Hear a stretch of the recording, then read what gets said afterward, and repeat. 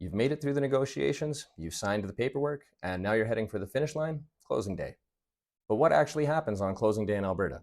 Whether you're a buyer or a seller, there's often a little bit of confusion as to the final steps of the process. When do you get the keys? When does the money move? Do you need to show up anywhere? In this video, we'll go over the entire closing process step by step so that you know exactly what to expect.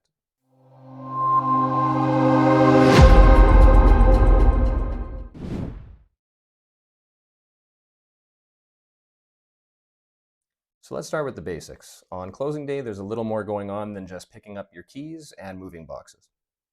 This is the day when legal ownership of the property officially changes hands.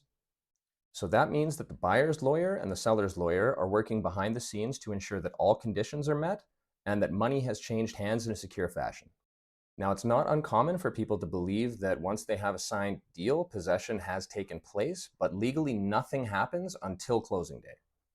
So if you're buying a home, possession doesn't occur at noon or at some arbitrary time. It happens once both of the lawyers have agreed that everything is greenlit and everything is in place. In Calgary, possession usually occurs around midday, but this can change depending on how fast everything clears. This is why it's not necessarily a great idea to book movers too early.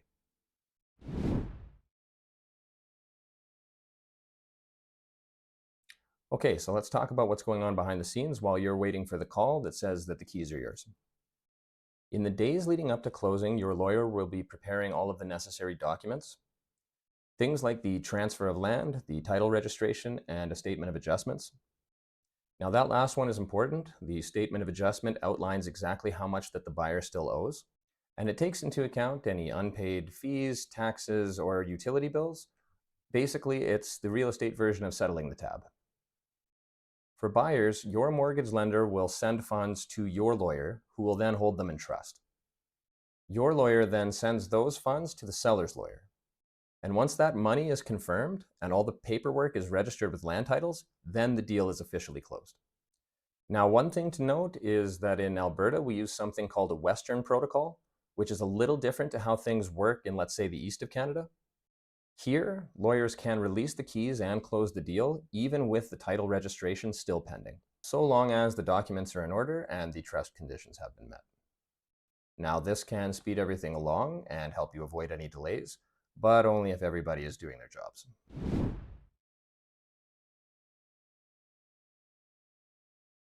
Now, on the buyer side, you'll usually get the opportunity to do a final walkthrough of the property, usually around 24 to 48 hours before possession.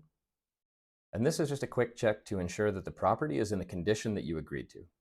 You're looking to ensure that the sellers have moved out, all of the appliances are still there, and nothing has been damaged or removed from the property. Now, this walkthrough isn't a home inspection. It's not the time to be nitpicking the paint color or the light bulbs.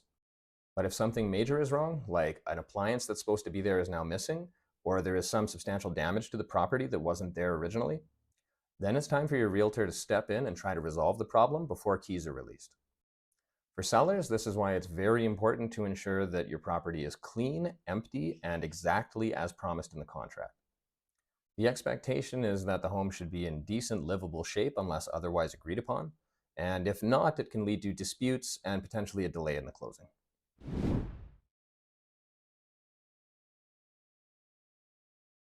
So once the funds have been transferred and the seller's lawyer confirms receipt, what happens next? Usually, the seller's lawyer will notify the seller's agent, who will then notify the buyer's agent that the keys can be released. Your realtor will then call you and tell you that the keys have officially been released and that the home is yours. So the keys are usually held in the lockbox at the property, but sometimes the seller's agent will hand them off directly. Either way, this is the moment that most buyers remember, and the sellers can finally relax knowing that the deal is done. But sometimes delays do occur. If, for instance, the buyer's bank is late sending funds or there is a bit of a hiccup in the paperwork, this can be delayed by a few hours or sometimes even up to a day. Now, this is rare, but it does happen. And this is why I always advise my clients not to book movers for the exact possession time.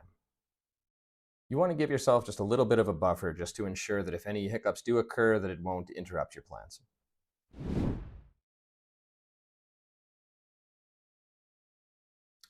All right, I want to talk about something that a lot of buyers don't expect, and that's the emotional side of possession day.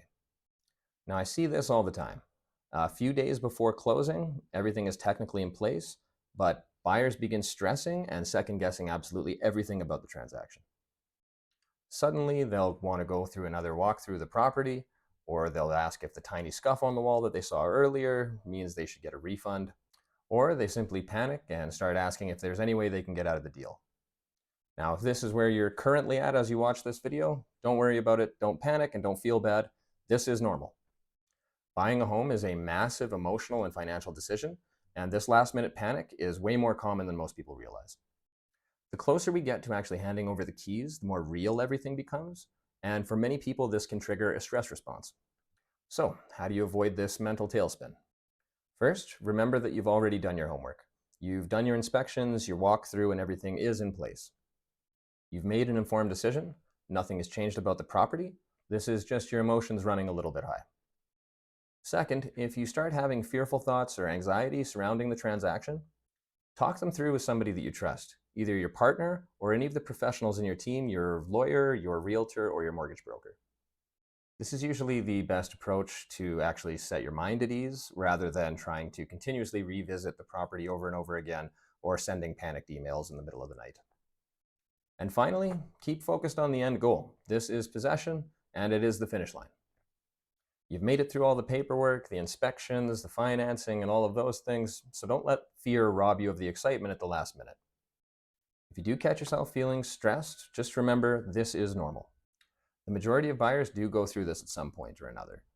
Just remember that if you've worked with a good team and you've followed the process, that there really is no reason to panic. So that's what closing day looks like here in Alberta. It's a lot of communication in the back end between professionals, and it's a bit of a waiting game. If you're working with the right team, lawyer, mortgage broker, and realtor, it should go smoothly and without any drama. If you found this video helpful, please do consider liking and subscribing. It makes a big difference to a small channel just starting out like mine. And whether you're handing over keys or finally picking them up, good luck on your closing day. So thanks for watching, and I'll see you in the next one.